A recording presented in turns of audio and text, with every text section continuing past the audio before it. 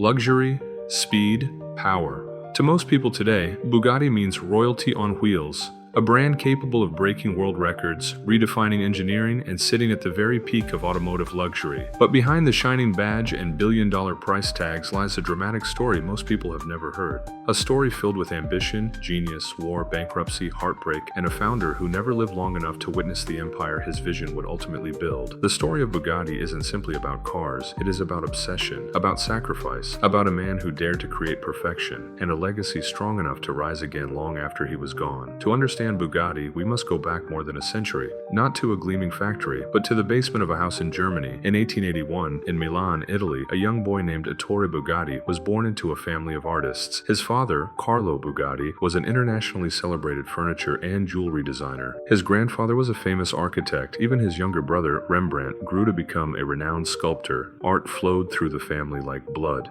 and everyone expected Ettore to follow the same path. But inside this young boy lived a different kind of artist, not one who sculpted marble or painted portraits, but a visionary who dreamed in gears, engines, and mechanical beauty. At just 16 years old, Ettore repaired a broken tricycle as if it were child's play, impressing his father so much that he pushed him toward engineering. With no formal training, Ettore apprenticed at a factory building sewing machines and bicycles, where he absorbed the magic of machinery. By 17, he was already designing his own motor tricycles. At 19, he entered his first competition, riding a two-engine machine, which he engineered himself. This wasn't talent, it was destiny, and his destiny was not bicycles, it was automobiles, a world still in its infancy where few dared to dream big. In 1900, at the age of 19, Ettore walked away from his apprenticeship and decided to build a car. He drew every detail by hand, from the engine design to the smallest bolt, obsessing over precision like a sculptor shaping stone. Unlike others, Bugatti didn't just design machines, he engineered art. His work attracted the attention of the Dietrich firm in Germany, and at 19 years old he earned his first professional contract. His father co-signed it because Ettore was still legally a minor. His genius was undeniable, and soon he was building racing machines far ahead of their time. But Ettore had one belief that made him different from every other engineer of his era. He believed powerful engines did not need to be big.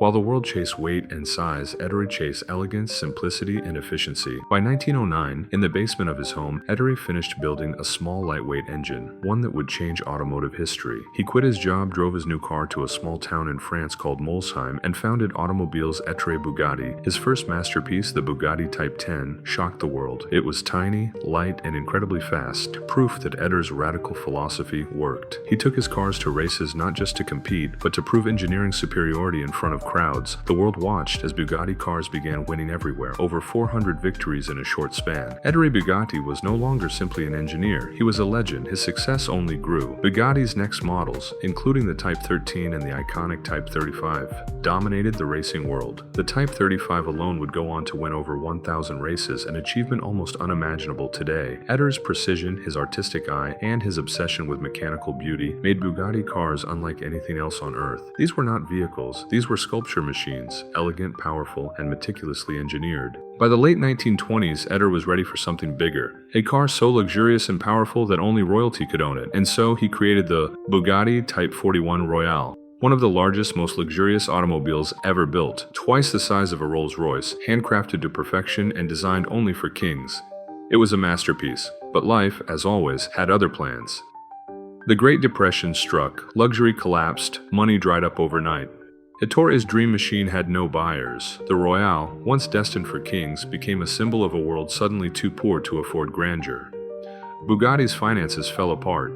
To survive, Ettore accepted a contract to build trains for the French government, a humbling shift from building the greatest cars in the world to manufacturing rail vehicles just to stay afloat. And slowly, painfully, Bugatti climbed back. Then came the cruelest chapter.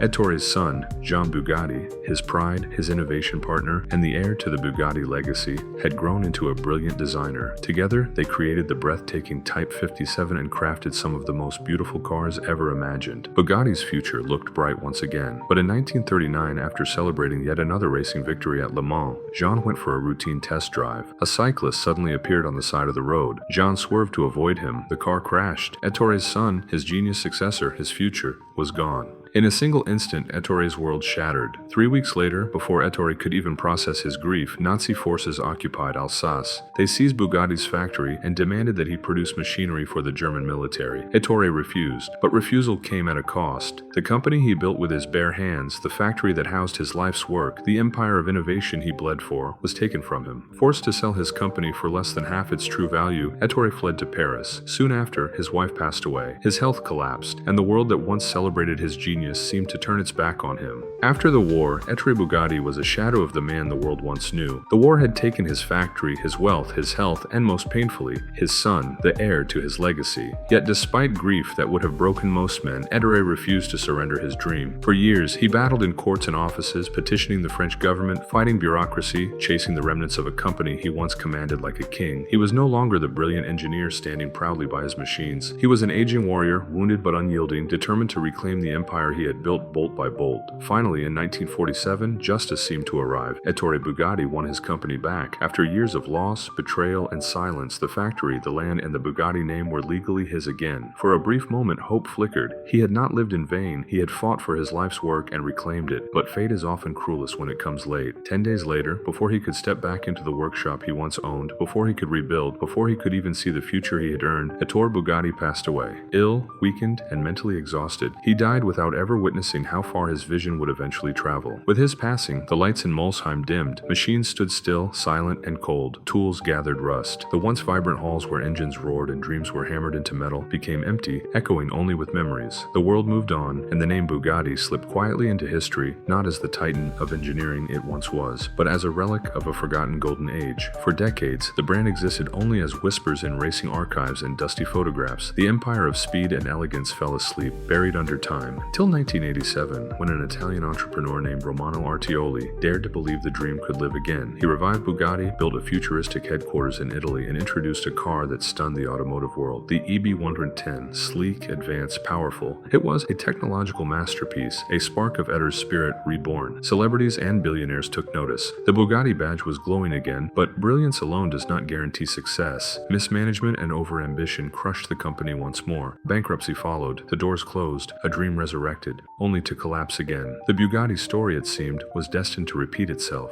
Genius overshadowed by tragedy. But legends do not die. They wait for the right moment, and in 1998, a titan arrived, Volkswagen Group. Unlike others, they did not see a failed car maker. They saw a sleeping giant, a crown of automotive history waiting to be restored. They poured billions into Bugatti, not merely to revive the brand, but to elevate it beyond imagination. In 2005, the world witnessed the Bugatti Veyron, a 1,000 horsepower engineering phenomenon, a machine so powerful and perfectly engineered that it shattered the top speed record and redefined what a road car could be. Bugatti was no longer just a car manufacturer. It was a statement, a declaration that perfection was still possible. Then came the Chiron. Faster, stronger, more advanced. A symphony of engineering so refined that even physics seemed surprised. And in 2019, Bugatti pushed beyond the limits of reality, breaking the 300-mile-per-hour barrier. The roar that echoed across racetracks, screens, and headlines was not just the sound of a machine, it was the echo of Ettore Bugatti's dream, awakened, honored, fulfilled. Ettore Bugatti never lived to see this. He died believing his dream had been taken from him forever. Yet today, his name stands untouched at the pinnacle of performance and luxury. A reminder to the world that genius is not always rewarded in its own lifetime. Sometimes the seeds planted by visionaries bloom long after they are gone. Sometimes the greatest triumph comes when history quietly completes the unfinished story. So the next time you see a Bugatti, whether in a magazine, a video, or speeding across a runway, remember this: you are not looking at a car, you are looking at a resurrection. You are witnessing the legacy of a man who refused to build ordinary machines, a man who believed in beauty, precision, and perfection. Even when the world broke around him, greatness is not given, it is paid for in sacrifice. And true ideas, the rare ones, don't die. They survive wars, losses, bankruptcies, and time itself. Ettore Bugatti didn't just build automobiles, he built eternity. If this journey moved you, don't forget to like, subscribe, and continue exploring these hidden stories of legendary brands. Because behind every powerful name, there is a battle. And here, we bring those battles to life. Thanks for watching, and I'll see you in the next story.